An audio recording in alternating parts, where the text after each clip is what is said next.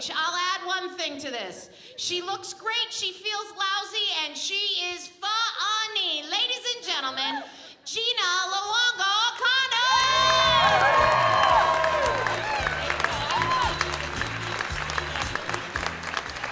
Boy, mud on. What a crowd. My name is Gina Luongo O'Connell. I am an Italian-American from New York, born and raised. Thank you. That's so nice of you. I love your shirt. So I was always around other Italians when I was growing up, family, friends, even schoolmates. And until I really started dating non-Italians. And this really confused my family. What is this all about? So there was a couple of them. Let's see, there was the Jewish DJ. Dad says, I'd like to hire Steven to DJ Grandma's birthday party, but I need his last name. Feynman. Silence. Spell it. Dad, look, no matter how you spell it, there's no vowel at the end. Right, we can agree on that. Then there was the mechanic from the local tire shop, Animal. I'm sure he had a God-given name, Jeff, Paul, something or other. My father, again, very, very confused. Gina, who is this animal person and what is his last name? Doesn't matter, no vowel. Now there's my husband, John O'Connell, who is fabulous, right? Fabulous. But he is anything but Italian. And O'Connell. Until the day my father died, he could not spell or pronounce O'Connell. We just went by Canelo. Made him happy. Everybody was good with it, right? The vowels at the other ends. Just a little vowel sharing. So it was good. So my husband and I started dating many, many years ago. And one of the first times, we were actually only dating a few weeks. And he was invited over to Grandma and Grandpa Antonacci's house for a nice traditional Italian Sunday dinner. Right? You're starving already, I can tell. So we get there, and unfortunately, my husband experienced his portion of Italian hazing. My mother, who had a dental bridge for most of her front upper teeth, would pop the bridge out with her tongue and then smile so only John could see her. Funnier, he's still here, right? Doing the job.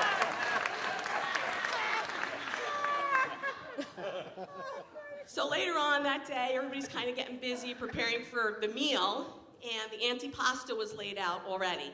Fresh meats, cheeses, olives, bread. I'm hungry just thinking about it. And we're all kind of setting everything up, and you know, just that portion, if you've ever been to a traditional Italian dinner, could be food enough for most non-Italians. For us Italians, however, it's a warm-up. It's kind of like stretching before you work out, right? So you're just kind of getting ready for the meal. So we're all preparing the rest of the meal, and my husband, my boyfriend at the time, thinking that this is all the food there was going to be, decides to make himself a sandwich.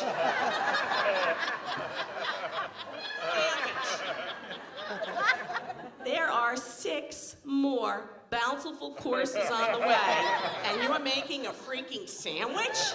This really confused my family. Over the moon.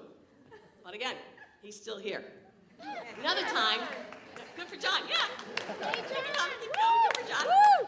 Another time, we stopped by the other Grandma Luongo's house for a quick hello, which is code for eat something but not a full meal. So Grandma's busy getting this and that, and she says, I'm gonna make it a coffee for you. How you want your coffee? Says, you know, and he's trying to be polite. We're only together a little while. I'll have it like you have it, Grandma. Thinking, oh boy. So Grandma makes a double espresso, shot of anisette, heaping spoon of sugar, lemon wiped around the rim and the rind dropped inside. Nice. Yeah. She hands him this little cup, this demi-tasse cup.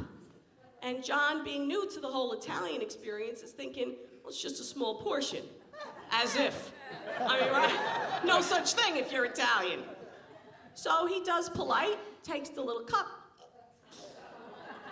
I thought that was it for sure. He was going to break up with me that day, but he's still here. Yay for John. And, you know, I obviously was a good husband picker, but I'm a bad line picker. If you ever see me online at Stop and Shop, ever, do not get behind me unless you're looking forward to hearing manager to register 5, manager to register 5. I wish I could hit lotto, like I could pick a bad line. No such luck. It's kind of like gambling on a horse, right? You go with the information that you have at that moment when you're going to place your bet. I'm going to place my stuff on this belt because I look at the cashier. Is she in good shape? You know, is she fit? Does she look rested, like she's had a break recently? No bandages, you know, braces, nothing like that. Is there a bagger helping her move things along? Creme de la creme, the customer in front of me. Do they have their store card ready? How about their coupons? I mean, this is big stuff, right? I'm doing 7 million processes like I'm wired with Intel inside. All of these mental algorithms tell me, register 5. That's your deal. I put my stuff on register 5 belt. I'm Gina. I've got my coupons neatly placed with each respective item, just a little OCD. And I've got my store card ready. I have my credit card ready, and I am ready. And then the tape in this cashier's register runs out. What's a girl to do? I'm already committed to register 5. Manager to register 5, Gina picked the wrong line. I will tell you though, I will share something with you. These mental algorithms that I do regularly at the grocery store are not just limited to picking lines at the grocery store. I also use them for picking which car to get behind if I happen to come upon 2 cars at a red light. So let's just say, for example, I'm approaching the cars and there's a Porsche and a minivan. If I'm in a hurry, I always go behind the minivan, right? Because a mom driving a whole bunch of soccer players and cheerleaders and swimmers, she's in a hurry. Somebody is late for practice. Somebody forgot their bow or their flippers or their cleats, something. And this mom is going to be the one doing 0 to 60 in 5.2 off the line, wait for it, in a 1999 Honda Odyssey. That's why you always get behind the minivan. I'll tell you another thing. I love animals. And I pretty much, being Italian, have an open door policy, right? In my kitchen, the more the merrier. People, food, dogs. I have rules though. No rodents, no reptiles, and no feathers. I want fur and 4 legs if you're coming into my kitchen. Unless you're a 2-legged, that's okay too. Because I will tell you, rodents freak me out. I hate mice. I do, and I'm Catholic, I know it's bad to hate. But I do hate mice. And I will tell you, between my poor eyesight and my mysophobia, as I like to call it, any dried up leaf like in the garage. I'm like, dead mouse, dead mouse. It just sends me over the edge. So a while ago, I don't recall exactly when, I nominated my husband, John, to be the official mouse poop inspector. He is now the official king of everything mouse. So any black dot, I mean any, it could be a fuzz, it could be a piece of the banana thing, gets official inspection. I put it on a white paper towel.